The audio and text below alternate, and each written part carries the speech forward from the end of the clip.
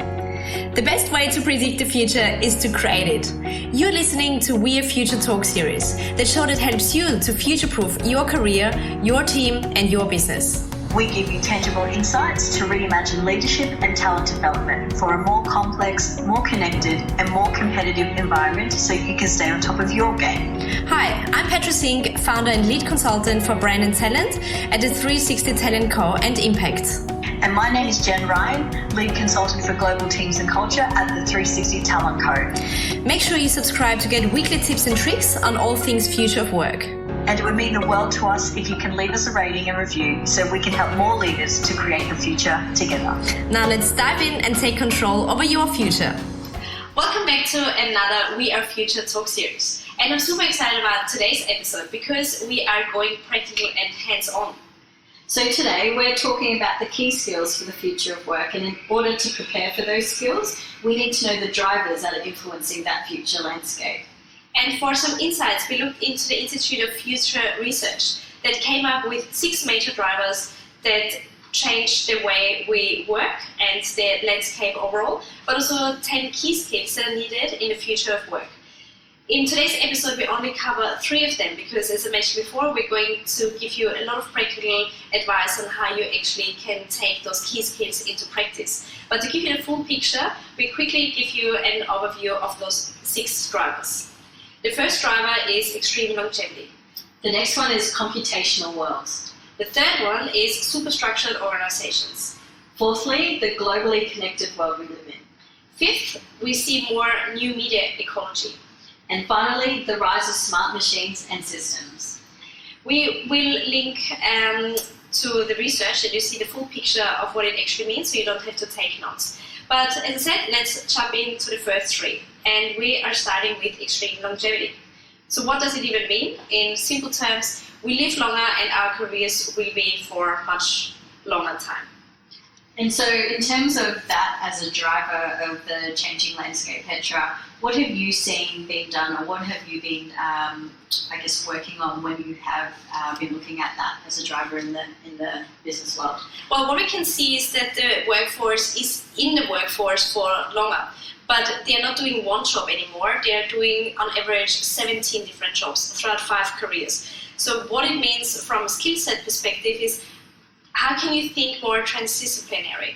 How does your input affect the overall output? How does your area of expertise influence another department? So say you're in the marketing department and you want to launch a new product.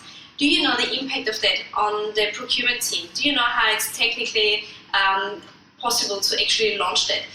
What about the finance team? What are their KPIs? What are their drivers? So it's about thinking much broader than only your area of expertise and your little bubble that you're looking after. Yeah, so that sounds really interesting, especially because for a lot of businesses today, they probably still work in silos, so really just that function that they operate in as opposed to that real broader thinking. So how do you encourage that, or how do leaders start helping their teams support that kind of way of working?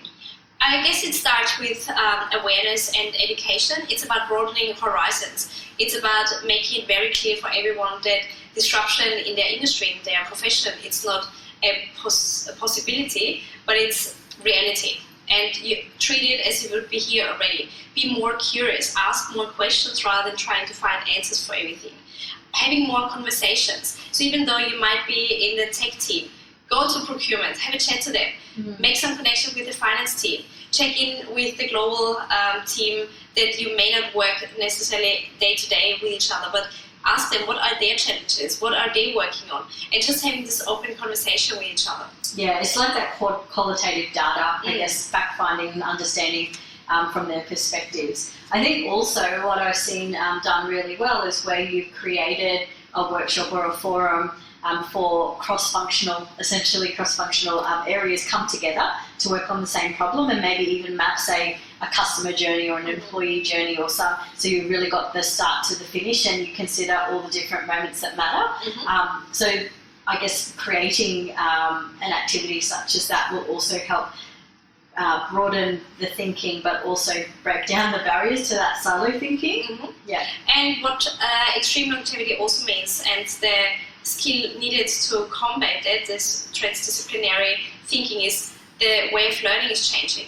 So you may have a degree in, say, marketing, but you want to pivot into more the event space or the tech space. What can you use from what you've learned to apply that in your new role?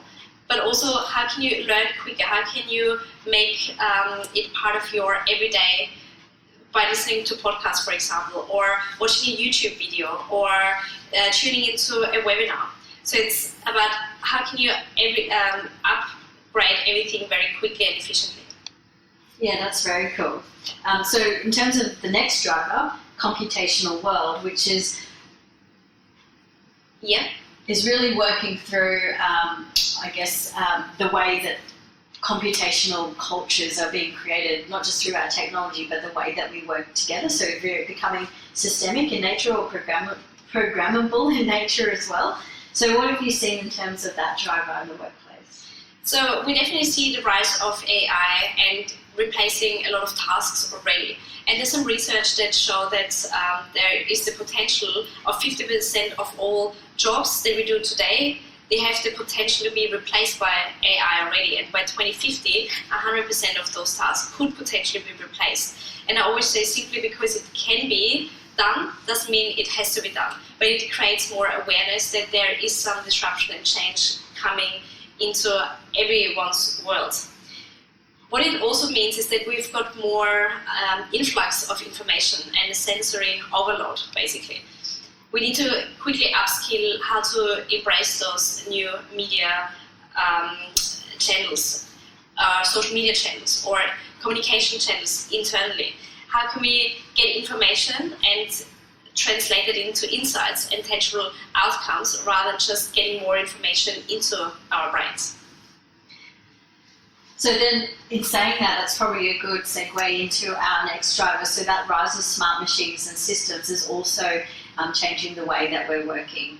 And so what have you seen in terms of critical skill sets to have, knowing that that's driving the way we work?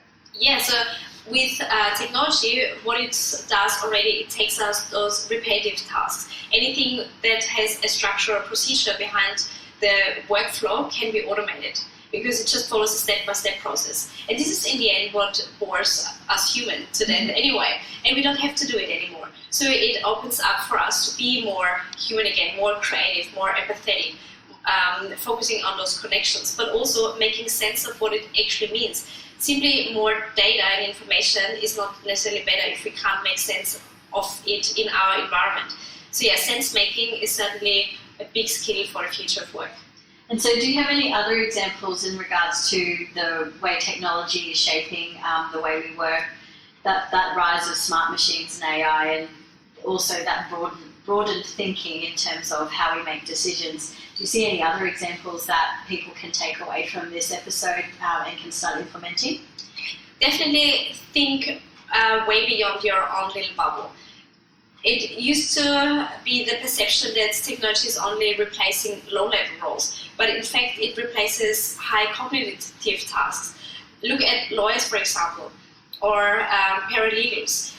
AI is much more precise in predicting outcomes from a case based on the data and the information and the patterns from that. So it's not only affecting low-level skilled workers, but also highly cognitive skilled workers. Be curious and also question what you're doing now. Does it have to be done? Or is there a smarter way to do it? Is there technology already that can replace it and create opportunities for staying relevant, to hone into your own skills and to foster those human skills? That's so cool. So in terms of, as an individual, if you're working within an organisation or you're a leader in one of these businesses, you can start looking or start being curious about areas that you may not have been curious about before. Yeah. Rather going to your go-to people for certain skills, maybe change it up a little bit and not go to those people, because to a degree you probably know what kind of answers they're going to give you, but maybe go to a different area, a different function, or even look externally for advice or for guidance, because sometimes when we are working in silos, we tend to get learnings from a very particular belief or a particular way of working. So I think sometimes looking externally for guidance as well is also something very big important. Yeah, and the good thing with access to technology information is that it doesn't need to break the bank. Just tune into podcasts. We've got access to thought leaders for free, so make use out of that. Or also watch a YouTube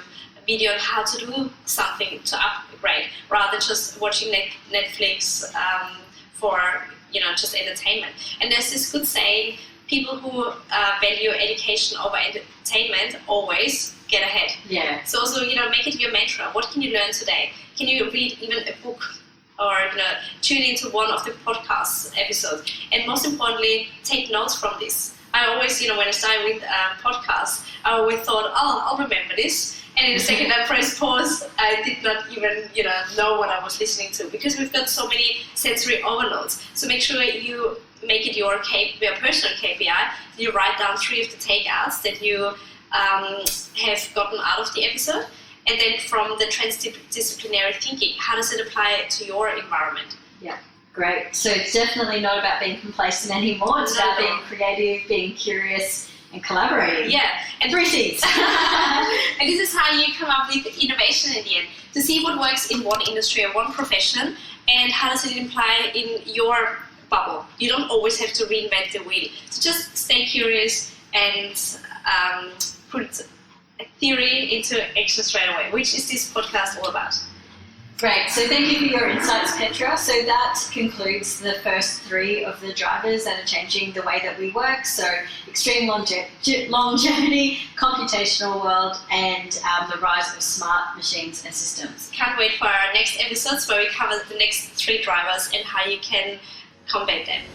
And that wraps up another insightful conversation about the future of work. And now we want to hear from you. What was the biggest takeaway from this conversation? Make sure you share your learnings on LinkedIn and also tag our guest speakers. And of course, if you or somebody you know has some more interesting take on the future of work, send us an email to contact@wearefuture.com. Until next time, and keep creating the future of work.